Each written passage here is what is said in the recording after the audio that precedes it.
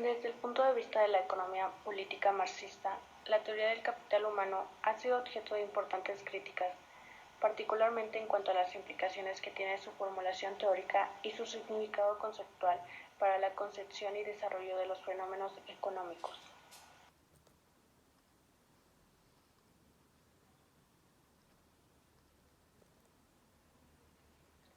La teoría del capital humano considera la formación de los individuos como un proceso de inversión, en el que una mayor capacitación se traduce en mayor productividad y, en consecuencia, en mayores salarios.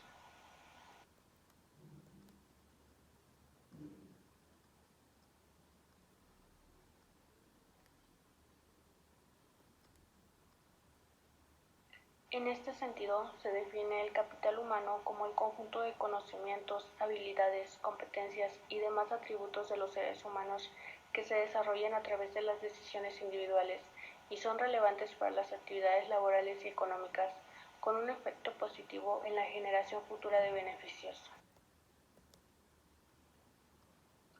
El razonamiento de la teoría del capital humano puede resumirse en cuanto más estudia una persona, mayor es su habilidad cognitiva y, en consecuencia, mayor su productividad, la que a su vez le permite al individuo recibir mayores ingresos. Sobre la base de esta lógica de pensamiento, se han desarrollado numerosas investigaciones a lo largo del tiempo, pero su amplia difusión ha sido objeto de numerosas críticas. El argumento principal se basa en la consideración de que la educación en sí misma, como forma de inversión en capital humano, no aumenta la productividad individual, sino que únicamente la revela. Estas concepciones del capital humano intentan demostrar la forma en que la educación posibilita que todo el proceso de producción se beneficie con las externalidades que genera una sociedad con mayor nivel de educación.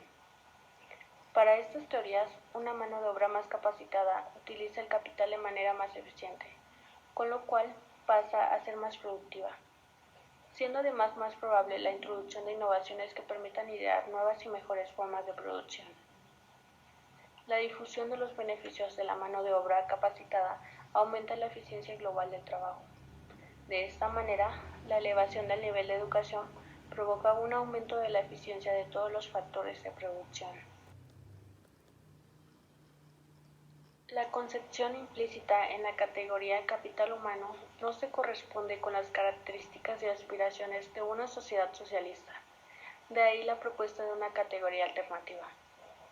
Para esta última se propone la denominación de potencial humano y se define como el conjunto de conocimientos y valores humanos asimilados por las personas que contribuyen al mejoramiento de sus habilidades productivas y creativas, a la ampliación de sus capacidades para participar de forma consciente en el proyecto social del cual forman parte y a su realización plena como individuo.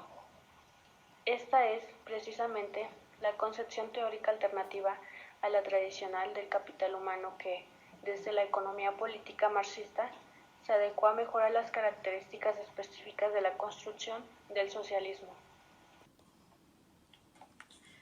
La teoría del capital humano ha recibido múltiples críticas, sobre todo en el sentido de no aportar elementos lo suficientemente sólidos para saber en realidad su contribución al desarrollo de las economías de los países.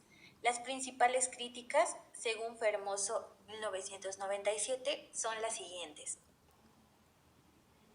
La crítica credencialista y de la selección se refiere básicamente a que el capital humano ve a la educación como un señalamiento o indicio de la productividad individual. Crítica de Schaffer señala que la economía tiene muy poco que ganar y mucho que perder con la aplicación del concepto de capital humano, porque resulta muy difícil calcular satisfactoriamente el rendimiento económico de la inversión en seres humanos, pues se realiza por causas distintas a la expectativa de rendimiento monetario y no tiene efectos demostrables sobre la producción futura, además de que resulta oneroso calcular el costo de la conservación y mantenimiento de la inversión en educación. Crítica radical marxista.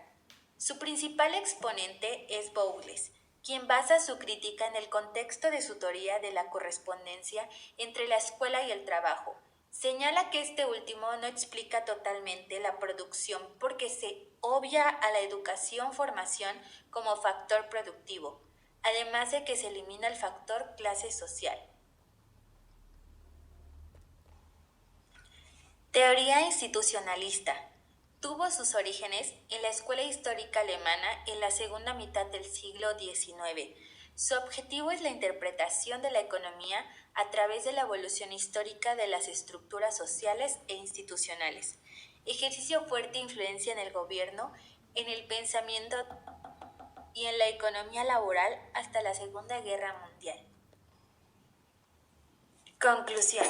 La idea subyacente en la teoría del capital humano de que una fuerza de trabajo con mayores conocimientos y habilidades contribuye a elevar los niveles de productividad es difícil de cuestionar. Aunque estos vínculos no se establezcan de manera directa y lineal, esto es válido para cualquier sociedad, independientemente del tipo de relaciones de producción dominantes. Sin embargo, cuando se inicia la construcción del modo de producción socialista, ocurre un cambio esencial en la naturaleza del proceso de producción de la vida social como un todo, que requiere ser analizado desde su prisma diferente. Para explicar las particularidades de este proceso, la teoría del capital humano resulta inapropiada. De ahí la necesidad, desde la economía política mixta, de una concepción alternativa.